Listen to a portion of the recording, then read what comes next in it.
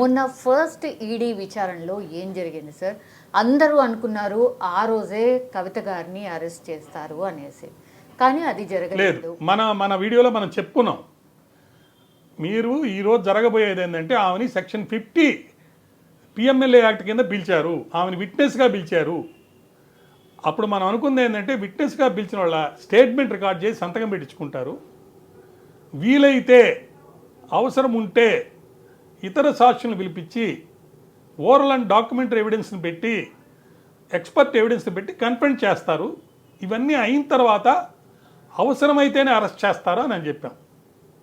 మనం అనుకున్న విధంగానే ఆ రోజు అరెస్ట్ జరగలేదు. మరొక విషయం ఏంటంటే నాకు అందిన సమాచారం ప్రకారం పోయినసారి ఆమె వెళ్ళినప్పుడు ఆమె స్టేట్మెంట్ మాత్రమే రికార్డ్ చేశారు, ఆమె చేత సంతకాలు పెట్టించుకున్నారు. ఇంకా ఇతర విట్నెస్లను తీసుకెళ్ళి కన్ఫర్మ్ చేయటం కానీ లేకపోతే ఎక్స్పర్ట్స్ని పిలిపించి కన్ఫర్మ్ చేయటం కానీ జరగలేదని చెప్పి తెలిసింది. అందుకనే రేపు రమ్మన్నారు, అంటే ఈరోజు రమ్మన్నారు. ఈరోజు నేను వెళ్ళాల్సిన అవసరం లేదు ఒక స్త్రీని కాబట్టి అని చెప్పి సుప్రీంకోర్టులో ఒక పిటిషన్ వేయటం జరిగింది. ఆ పిటిషన్ 24కి వాయిదా వేశారు. వాయిదా వేసే ఆ పిటిషన్లో రాసినటువంటి ముఖ్యమైన 5 పాయింట్లు మనం చూస్తే ఎక్కడో చిన్న లోపం ఏమన్నా ఉందా అనేది మనకు అర్థమైనట్టుగా నాకు అనిపిస్తుంది. ఎందుకంటే ఇప్పుడు ఆమెను పిలిచింది 50 స్టేట్మెంట్ రికార్డ్ చేయడానికి పిలిచారు. 160 కింద స్టేట్మెంట్ రికార్డ్ చేయడం అనేది జరిగి అయిపోయింది.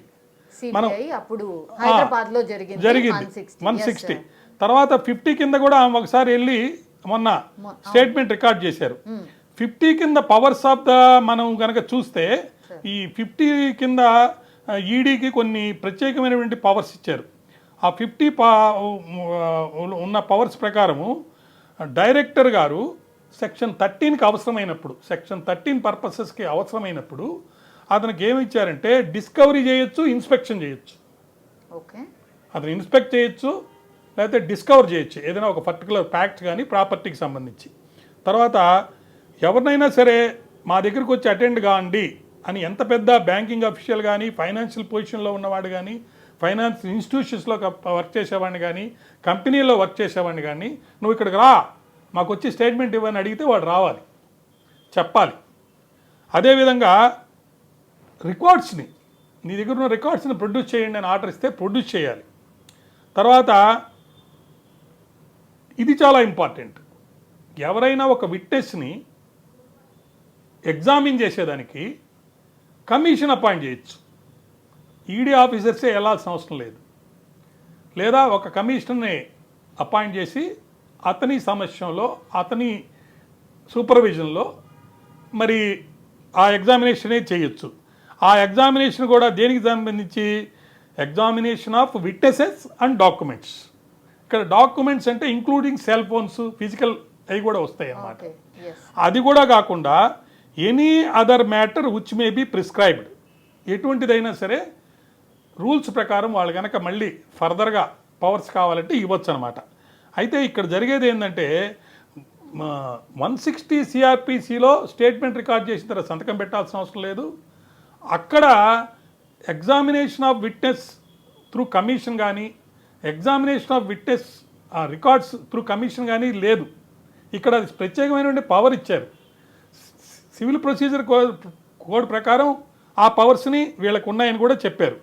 అయితే ఇక్కడ మొన్న వాళ్ళు వేసినటువంటి పిటిషన్లో ఈ పవర్ని చూపిస్తూ ఎగ్జామినేషన్ ఆఫ్ విట్నెస్ని అంటే కవిత గారిని ఎగ్జామిన్ చేసేదానికి మా ఇంట్లో ఎగ్జామిన్ చేసేదానికి లేకపోతే ఒక పర్టికులర్ ప్లేస్లో ఎగ్జామిన్ చేసేదానికి అడుగుతూ కమిషన్ అపాయింట్ చేయండి అవసరమైతే అని అడుగుంటే సుప్రీంకోర్టు వారు మరి ఎలా ఆలోచించుండేవాళ్ళో జరిగి ఉండేదే చూసేది. కానీ నాకు తెలిసిన ఇన్ఫర్మేషన్ ప్రకారము తెలంగాణ హైకోర్టులో చందన్ రెడ్డి అనే ఒక వ్యక్తిని కొట్టినందువల్ల ఎన్ఫోర్స్మెంట్ డైరెక్టర్ అఫీషియల్స్ అతని చెవి పూర్తిగా పోయినట్టు, శరత్ చంద్రారెడ్డి అనే ఒక అతన్ని ఎగ్జామిన్ చేసే సందర్భంగా అతన్ని కొట్టినట్టుగా వచ్చిందనమాట. కాబట్టి తెలంగాణ హైకోర్టు జోక్యం చేసుకొని ఈ చందన్ రెడ్డి గారికి ఉపశమనం కల్పించారు.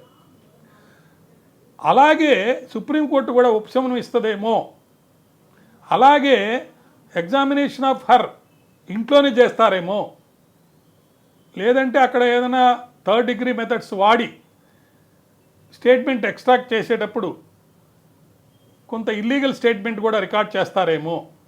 అందులో ఇక్కడ ఇంకొక అభియోగం ఉంది కాబట్టి కొన్ని ఫోన్లు సీజ్ చేశారు, కొన్ని ఫోన్లు ధ్వంసం చేశారనే ఒకటి ఉంది. నెక్స్ట్ ఫోన్ సీజ్ చేయటం కూడా తప్పని కూడా మొన్న రాసిన పిటిషన్లో కూడా చెప్పడం జరిగింది. సో వీటన్నిటికంటే examination of witness through commission కనుక అడుగుంటే చాలా బాగుండేది. మనకు ప్రజలకు కూడా తెలిసి ఉండేది దీని మీద సుప్రీంకోర్టు వారు ఇంటరిమ్ రిలీఫ్ ఇస్తారా లేదనేది. మరొక 2 విషయాలు ముఖ్యమైనవి. ఒకటి ఏంటంటే examination of witness through commission, examination of records through commission అడగాలి. అది అడిగేటప్పుడే మా ఎవిడెన్స్ మా యొక్క అడ్వకేట్ గారి సమక్షంలో వీడియోస్ ద్వారా రికార్డ్ చేస్తూ మీరు చెయ్యండి అని అడగాలి. అది అడిగారు. వాళ్ళు దానికి సమాధానం కూడా చెప్పారు. ఈడీ వాళ్ళు సుప్రీంకోర్టులో మేము ఎగ్జామినేషన్ ఆఫ్ విట్నెసెస్ అనే దాన్ని మేము చేస్తున్నా కానీ వీడియో రికార్డింగ్ ద్వారా చేస్తున్నాము కాబట్టి తిట్టడం, అరవడం, కొట్టడం అనేది జరగదు అనేది ఒకటి ఇది చేశారు. అసలు పిళ్ళయ్య గారి కస్టడీని ఎక్స్టెండ్ చేసేటప్పుడు సుమారు 15 సార్లు ఈయన ఎగ్జామిన్ చేశారు కాబట్టి ఈ కస్టడీ ఎక్స్టెన్షన్ అవసరం లేదని చెప్పి అడగడం జరిగింది. దాంట్లో 3 రోజుల కస్టడీని మళ్ళీ ఎక్స్టెండ్ చేశారు. అంటే ఈ రోజు వరకు చేశారు. ఈ రోజు వరకు చేసిన దానికి ముఖ్య కారణం ఏంటంటే ఈరోజు 16వ తారీఖు నాడు ఆమె నన్ను 16వ తారీఖు విచారించండి, 11 దాకా 11 నేను రాలేను అని చెప్పి ఒక అప్లికేషన్ పెట్టుకుంది. పెట్టుకుంటే అలా కాదు మీరు 11 రావాల్సిందే అని అడిగారు. సో 11 ఎందుకు ప్రత్యేకంగా 11 ఆమెను ఎందుకు పిలిపించారంటే నాకు అందిన సమాచారం ప్రకారము ఆమెని కన్ఫెంట్ కూడా ఇతర విట్నెస్లు కానీ లేకపోతే రికార్డ్స్ తోటి అంటే ఎక్స్పర్ట్కి తీసుకొచ్చి కన్ఫెంట్ చేయకపోవడానికి కూడా కారణము ఇది లీగల్గా ఒక పాయింట్ ఉంది. చాలా మీడియా రికార్డ్స్లో లేకపోతే మీడియా యూట్యూబ్లో ఒక వాదన వెళ్తుందనమాట. ఆ వాదన ఏంటంటే బాంబే హైకోర్టు వారు ఒక తీర్పు ఇచ్చారు. ఎవరైనా సరే ఈడీ అరెస్ట్ చేయదలుచుకుంటే వాడిని సిబిఐ వాళ్ళు ఆల్రెడీ అరెస్ట్ చేసి ఉండాలి. ఎందుకంటే మెయిన్ కేసు సిబిఐ కానీ రెగ్యులర్ పోలీస్ కానీ అసలు క్రైమ్ జరిగితే కదా దాని ప్రొసీడ్స్ అనేది ఉండేది. సో క్రైమ్ జరిగినప్పుడు క్రైమ్లో ఇన్వాల్వ్ అయిన వాళ్ళని మాత్రమే సిబిఐ అరెస్ట్ చేస్తుంది. సో క్రైమ్లో ఇన్వాల్వ్ అయ్యి ప్రాపర్టీ పొజిషన్లో ఉన్న వాళ్ళని కూడా సిబిఐ అరెస్ట్ చేస్తుంది. సో సిబిఐ అరెస్ట్ చేయలేదంటే క్రైమ్లో ఇన్వాల్వ్ కాలేదు, క్రైమ్ ప్రొసీడ్స్లో కూడా ఇన్వాల్వ్ కాలేదు కాబట్టి ఈడీ అరెస్ట్ అనేది చెల్లదు. ఇది బాంబే హైకోర్టు వారు ఇచ్చిన తీర్పులో సిబిఐ కాదు కానీ ఇతర పోలీస్ ఆఫీసర్స్ దగ్గర పెట్టిన కేసులో కనుక ముద్దాయి అయి ఉంటే అప్పుడు మీరు ఈడీ అరెస్ట్ చేసుకోండి, అంతేగాని ఈడీ అనేది సపరేట్గా అరెస్ట్ చేయకూడదు అని చెప్పి ఇచ్చిన తీర్పు ఒకటి బాంబే హైకోర్టుది ఉంది.